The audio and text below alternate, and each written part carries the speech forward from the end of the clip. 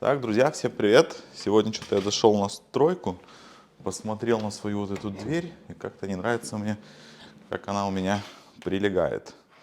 Вроде бы как все по уровню, а сама дверь не хочет прислоняться вверху к лутке.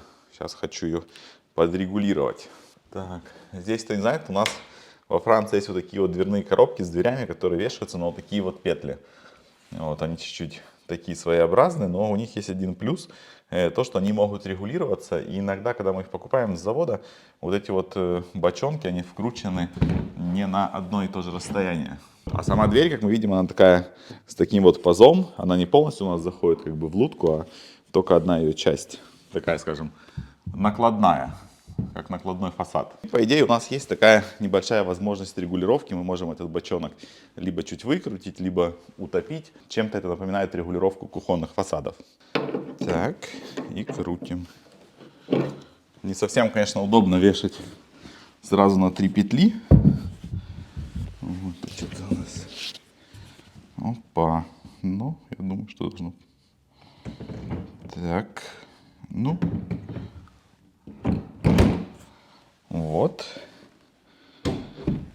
И смотрим. Ну, это уже лучше. Конечно, не идеально, но все равно это намного лучше, чем было. Это, кстати, один из минусов вот таких вот накладных дверей, то, что нужно, чтобы противоположные углы прям были идеально в одной плоскости. Но если мы такие прям придирчивые к каждому миллиметру, вот. Но вроде бы как все получилось. Вообще, сейчас ехал на стройку, хотел собрать канализационную трубу на кухне. Вот, в прошлом ролике мы об этом говорили, но так я ее не склеил и не показал. А сегодня приехал и увидел, что у меня тут такой небольшой бардачок, работать вообще неудобно. Маша уже пару дней на стройку не приходила. Когда она не приходит, здесь у меня прям сразу такой бардак, все везде валяется, не могу ничего найти, то, что мне нужно. Вот, но колено канализационное вроде здесь. Вот, сейчас будем клеить. Для начала, правда, надо сделать нам чаю, потому что сегодня как-то прям очень свежо. Так я не сделал себе еще нигде никакой кран, чтобы набирать воду, придется прям с коллектора. О, это уже все равно удобнее, чем то, что было раньше. Я как раз начал потихоньку наводить порядок с проводами в котельной. Вот, сейчас тоже можно будет об этом пару слов рассказать. Так. Кто помнит, уже давно я купил вот такой вот собранный щиток Siemens, который у нас, да, висит в котельной, уже с набором определенных автоматов. И тогда там была надпись, что этот щиток подходит для домов, там, по-моему, от 100 до 150 квадратных метров. То есть в магазине они как бы готовые вот такие вот щитки разделяются до 100 квадратных метров, от 100 до 150, ну и так далее. В общем, я взял вот такой вот щиток и думал, что как бы все, я его повешу, подключу к нему провода и типа мне больше ничего не будет нужно. Но дело это было давнее, тогда у меня еще не было вот такой вот замечательной книжки, которую мы уже кучу раз рекламировали, хотя это не реклама, это просто, так скажем, делимся то, что знаем, это действительно очень полезная литература. Сейчас немного почитав, что мне необходимо для щитка, понимаю, что он у меня, конечно, совсем не полный, что еще нужно докупать и автоматы. Но самым большим удивлением было это то, что те шины, где вот она, кстати, показать, сейчас покажу, или даже не знаю, как их правильно назвать, в общем, вот такие вот штуки соединительные, которые соединяют у нас между собой автоматы. И тут у меня возник вообще такой справедливый вопрос, зачем тогда вообще ее положили в комплект, если мы не можем ей воспользоваться.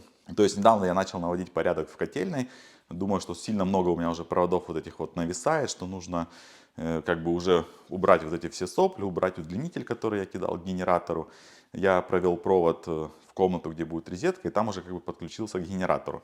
А тут в щитке уже начал так все собирать, чтобы можно было, ну, как бы включать электричество уже автоматами. И вот беру я вот такой вот DIF-автомат Siemens, да, подключаю к нему, к примеру, электричество.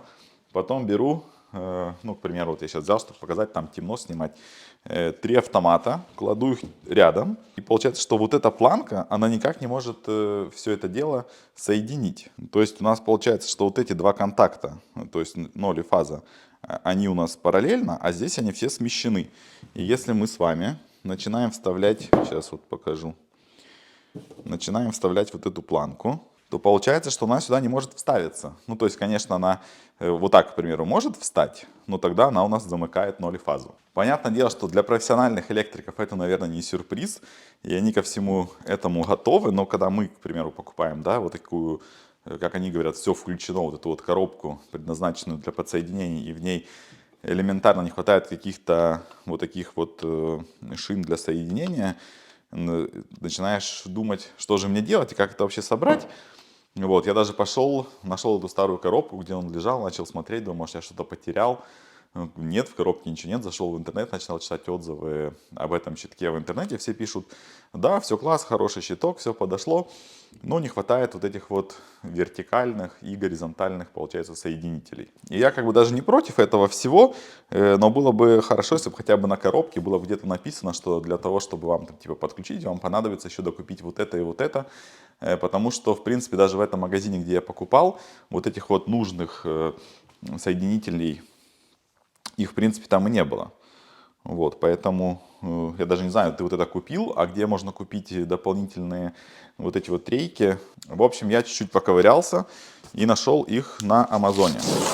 Хорошо, что Amazon все очень быстро нам доставляет. И вот нужная нам рейка для соединений, она выглядит вот так. Довольно такая массивная штука. И вот с ней, получается, у нас, конечно, уже никаких проблем нету, потому что два этих контакта, они здесь как бы идут параллельно. Мы его вставляем в наш DIF-автомат. Вот. Ну и дальше уже все наши автоматы становятся так, как нужно. Кто-то может сказать, да ладно, а зачем париться, можно соединить все проводами. Ну нет, я почитал в этой книжке, везде написано, что все вот эти автоматы должны обязательно соединяться вот такими вот планками.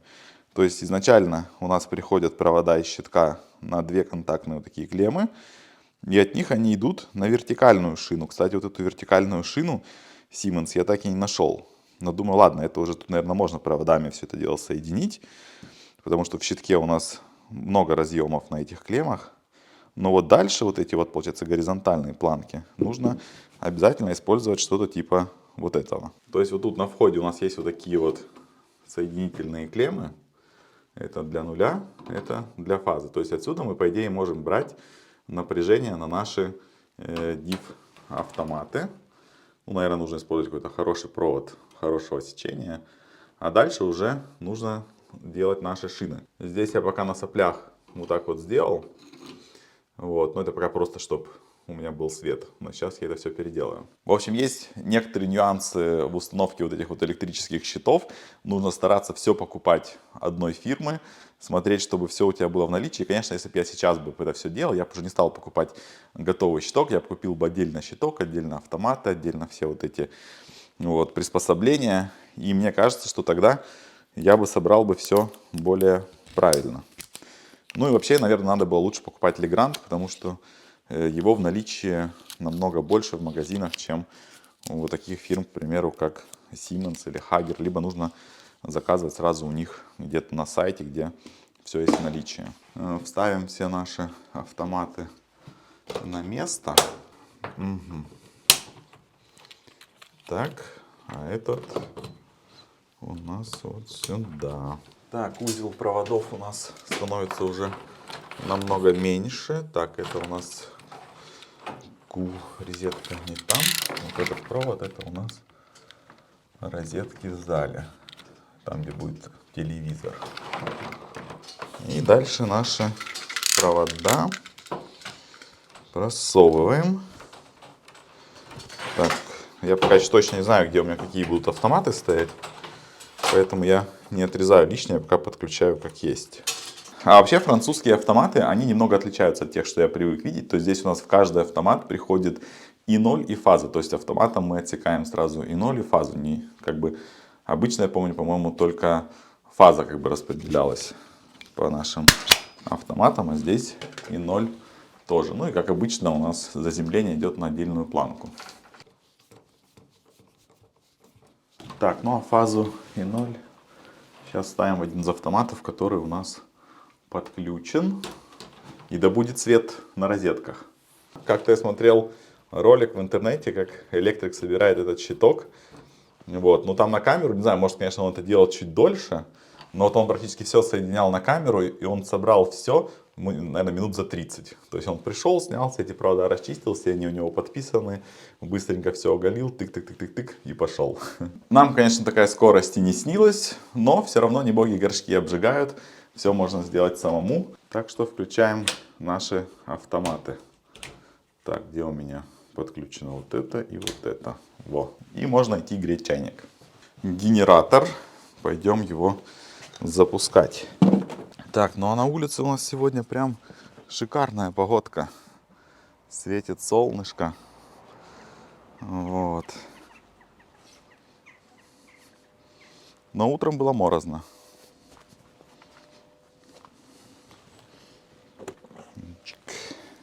Будем заводить. Так, это он.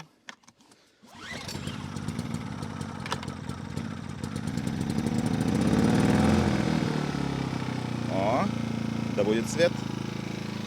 Так, ну что, наш свет работает. Все работает. Лампочка горит. Так, тут пока я все это время вам что-то рассказывал, время уже не только чай пить, уже можно что-то и пообедать. Ну, вот сейчас заварим себе какую-нибудь замечательную китайскую лапшу. Кстати, сегодня ехал на стройку, заехал в Табак для того, чтобы отправить посылку. Табак, если кто не знает, есть такие небольшие магазинчики, они практически в каждых поселках, таких более-менее крупных. Это, кстати, одно из немногих заведений, которое работает в воскресенье вместе с булочной. Так вот, заехал сегодня туда, было время, наверное, где-то, ну, еще 11 не было, наверное, где-то было 10:40, что-то типа того. О. Вот. И что вы думаете, уже в это время человек, наверное, 5 точно французов сидели, уже там пили вино. То есть они как бы ничего не кушают, просто сидят, вот 10:40, ну, понятное дело, что воскресенье, вот, но они собрались просто поболтать, там что-то обсудить, кто-то пиво пьет, кто-то вино, вот они там, наверное, часов до 11:30 посидят и потом пойдут домой обедать. Интересная у них такая вот есть традиция. Молодежь там, конечно, не встретишь, но такие вот зрелые французы прям любят зайти, посидеть, там что-то почитать. И тут, кстати, так, чем-нибудь придавить. И тут мне, кстати, вспомнился фильм, помните, с Адриано Челентано «Укрощение строптивого», когда там журналист приходит вот тоже в такой небольшой деревне, видимо, тоже в Табак. И там вот все односельчане, кто играет в бильярд, кто пьет пиво, кто там еще что-то кому-то рассказывает. Вот примерно такая же атмосфера вот в этих вот небольших табаках по выходным. И, наверное, даже как-то жалко, что как бы там людей становится все меньше и меньше. Во многих городах эти заведения уже позакрывались. Бывает, едешь по городу какому-то, и видно, что раньше там был табак, что он уже закрыт. Видимо, люди перестали ходить. Вот. Ну, такое вот интересные такие есть заведения во Франции. У нас получилось. Кстати, вот эти вот все дошираки, мивина, не знаю, как-то лапша, которая быстро заварная, она тоже существенно подорожала. Уже есть вот в таких вот маленьких магазинах каких-то, она уже есть там что-то и по 2 евро, и по 3 порция. Уже за эти деньги можно купить сэндвич. А вообще французы, они очень многие на обед едят сэндвичи. То есть просто багет, колбаса, там кусок сливочного масла. Все очень просто.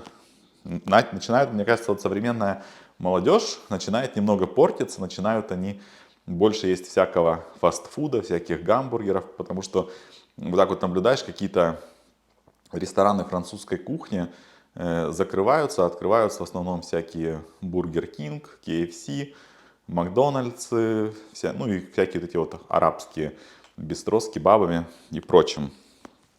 И, кстати, недавно читал статью, что и вина тоже французы стали пить меньше, что количество пива выпиваемого уже практически сравнялось с вином. То есть переходят постепенно на пиво. И в супермаркетах тоже мы начали замечать то, что раньше были очень маленькие пивные отделы, буквально там 3-4 вида пива и все. А сейчас уже заходишь, прям куча разного всякого. А я, кстати, в последнее время полюбил вот эту вот лапшу. Как-то недавно ко мне приезжал мой друг, он капитан, плавает на вот этих вот больших судах, которые возят контейнеры по всему миру, и привозил вот такую вот лапшу только из Кореи. И она была очень острая, просто вот начинаешь ее есть, прям слезы на глазах. Вот. Но почему-то мне понравилось, и с тех пор я вот стараюсь купить, но, конечно, вот такой вот нету, как он привозил, не помню фирму. Вот, ну, какая-то, в принципе, есть. Написано, что она тоже очень острая, но я бы не сказал. Так, ладно, пообедали, будем клеить нашу трубу. Так, начнем с того, что уберем наши столы в сторону, чтобы было удобно. Так, вот. И сейчас тут проложим нашу трубу. Ну что тут у нас? Как я уже и говорил, здесь у меня была труба 100. Она сразу у меня перешла в 50-ку.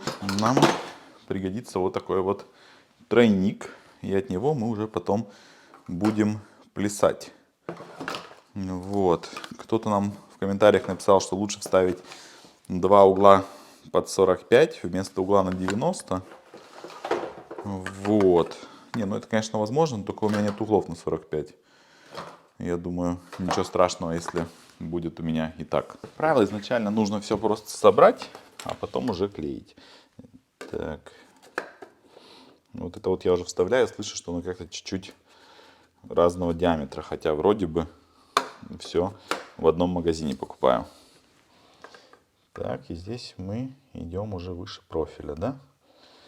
И потом труба туда пошла. И сделать ее ближе к стенке, чтобы она не мешала нашим трубам. Померяем примерно, какой нам кусок нужен. Ну, сантиметров 8, по идее, хватит. Вообще ничего сложного, конечно, в этом нет, в прокладке этих канализационных труб. Просто хотелось хотя бы раз это дело показать, потому что все равно, может быть, кто-то не знает и будет это делать во Франции, когда будет реставрировать какой-нибудь старый дом. Вот, нужно быть готовым к тому, что нужно помимо труб еще иметь и клей. Вот. А вообще все делается, конечно, максимально просто. Это, конечно, уже не так сложно, как это было раньше. Я вспоминаю, когда-то в детстве мы с папой прокладывали канализацию во дворе еще такими старыми чугунными трубами. И когда одна труба в другую вставлялась, там оставалось такое пространство, его нужно было, как это назвал, зачеканить или как забить какую-то туда такую, как сказать, нитка, да, или что это было в масле. Вот потом все это мы заделали, потом сверху там что-то красили. В общем, был целый головняк, и трубы были такими тяжелыми. Ну, я, конечно, тогда еще был маленький, но помню, что это было прям все очень непросто. Мы, чтобы, наверное, метров, не знаю, сколько там, 6 канализации проложить, прям у нас на это очень много времени ушло.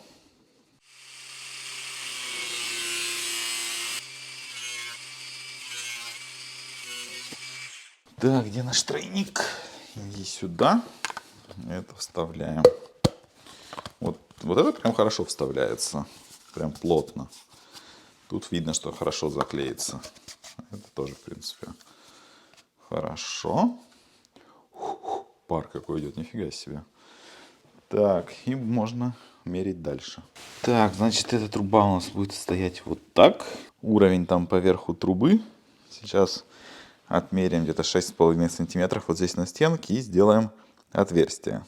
Так, что касается уклона труб, у нас тут чуть-чуть больше 2 метров. Сделаем, наверное, где-то 6,5 сантиметров с учетом перепада 3 сантиметра на метр. В прошлом ролике уже кто-то там из специалистов отписался, что это очень большой уклон, что нужно делать меньше. Я тут, наверное, буду полагаться на личный опыт, потому что есть у меня уже пару таких вот труб, которые вели к мойке, к посудомойке с минимальным уклоном, и которые очень успешно даже забивались. Поэтому послушаю других специалистов тоже с YouTube. Вот, сделаю в этот раз уклон чуть-чуть другой. И посмотрим потом, как это будет. Так, ну вроде все правильно. Там у меня верх трубы здесь на 6,5 сантиметров выше. На муфте мы можем гулять чуть-чуть туда-сюда, поэтому, в принципе, если ошибка там 1-2 сантиметра, то это не сильно страшно. Так, ну где-то 19 сантиметров. Надо еще кусочек. Так, ну несмотря на то, что это как бы такая совсем не пыльная работа, кажется, что все очень просто, но времени она все равно отнимает прилично, поэтому люди и не любят, когда их приглашают на какую-то работу на вот такие вот маленькие объемы. Потому что пока приехал, пока инструмент подготовил, пока все отмерил, пока все отрезал, уже день ушел.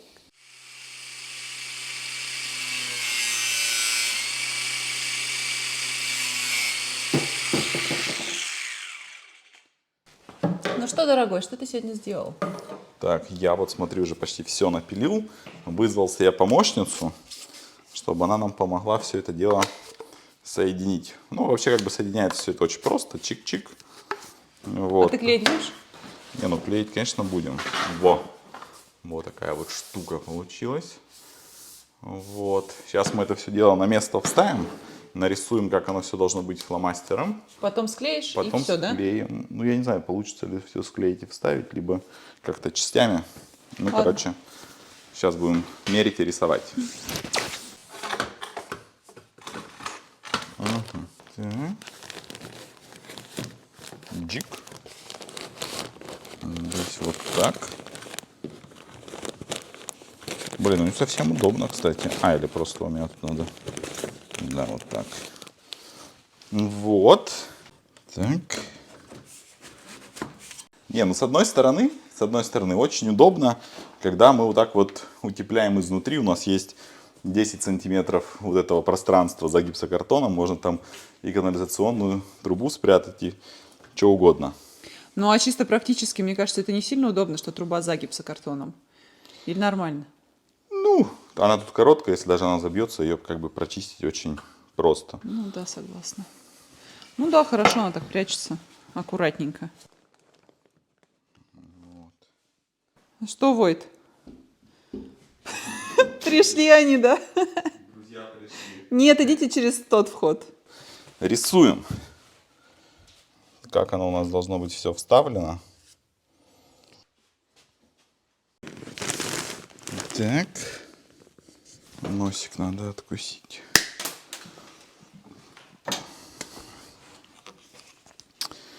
Так, наносим. О, какой-то жидкий. Раньше я какой-то клей покупал, он был сразу с кисточкой. Было как-то удобнее мазать, чем просто из тюбика. Ну, как у тебя пар изо рта идет. Нифига себе. Вообще, когда вот это вот клеишь, паяешь, нужно быть внимательным, где делать последний стык.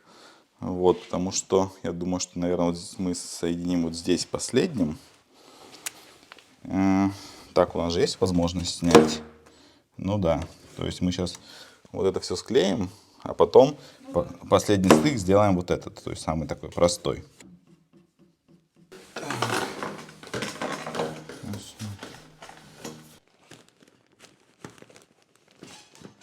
Здесь так подержи, а я там выровняю угол. Держать, чтобы он не шевелилась, правильно? Ну да. Хорошо, что сегодня прохладно, он не так быстро сохнет, да? Да. Тут надо действовать оперативно. Опа. Последнее соединение я склеивать не буду. Посажу его на фум-ленту. На всякий случай, вдруг когда-то надо будет разобрать, чтобы оно высовывалось. Все, это последнее соединение? Ну и потом еще одно, вот то, которое там будем делать. Ага, точно, поняла. Ну, как туго. О, видишь, я же тебе сказала, что зайдет. Ставилась. Так. Окей. И? И теперь надо надеть вот эту трубу. Так. Ну, как-то так. Ну вот, трубу склеили. Завтра, я думаю, она сейчас пусть заклеится. Я ее завтра пролью водой, посмотрю, чтобы нигде не текло. И тогда уже можно будет эту стенку заделать. Вот такой вот получился ролик, друзья. Всем спасибо и до новых встреч.